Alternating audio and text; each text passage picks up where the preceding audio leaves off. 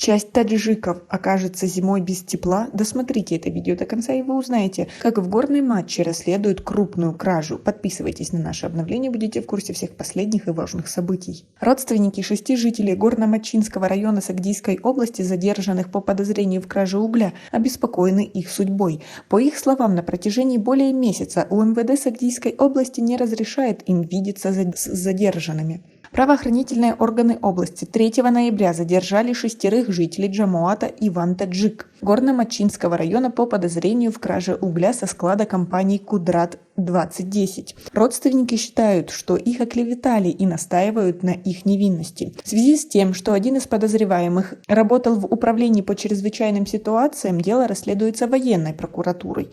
В военной прокуратуре Сагдийской области сообщили, что данное дело поступило к ним только на днях. Родственники задержанных заявили, что ни одна структура не разрешает им увидеться с подозреваемыми. Сотрудник прокуратуры сообщил на условиях анонимности, что только адвокаты могут встретиться с подозреваемыми до завершения предварительного расследования. По его словам, подозреваемым от 25 до 34 лет, а ущерб, нанесенный компании, составил около 28 тысяч сомани. А как вы относитесь к тому, что таджики в такие сложные периоды уже идут на крайние меры? Свои ответы напишите нам, пожалуйста, в комментарии. Мустафа Худжа Максудов, брат Бузургходжи Максудова, одного из подозреваемых, рассказал, что с тех пор, как брата перевезли в Худжанд, о нем ничего не известно. Мы просим следователей разрешить нам увидеться в СИЗО с братом, но по разным причинам нам об этом отказывают. Мы сами съездили на место происшествия и после расспросов узнали, что они купили у охранника со склада от 300 килограмм до 11 тонн угля. Пропал и охранник, его не видели несколько дней. Мы не знаем, что происходит. Интересно, как было украдено 48 тонн и откуда они были взяты, сказал он. Шарбой Умаров, другой житель Джамоата Иван-Таджик,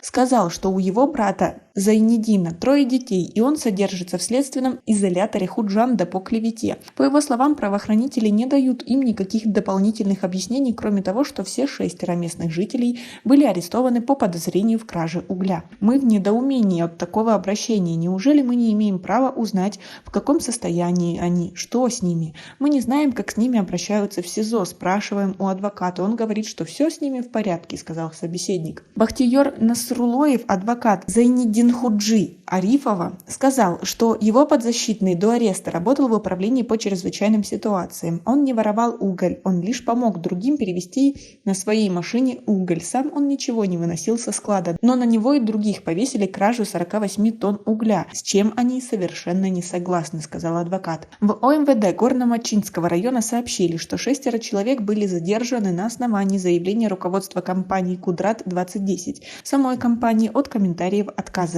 Источники, близкие к компании «Кудрат-2010», говорят, что их главный офис находится в Душанбе и что компания принадлежит к кругу семьи президента. Правдивость этого утверждения не подтверждена.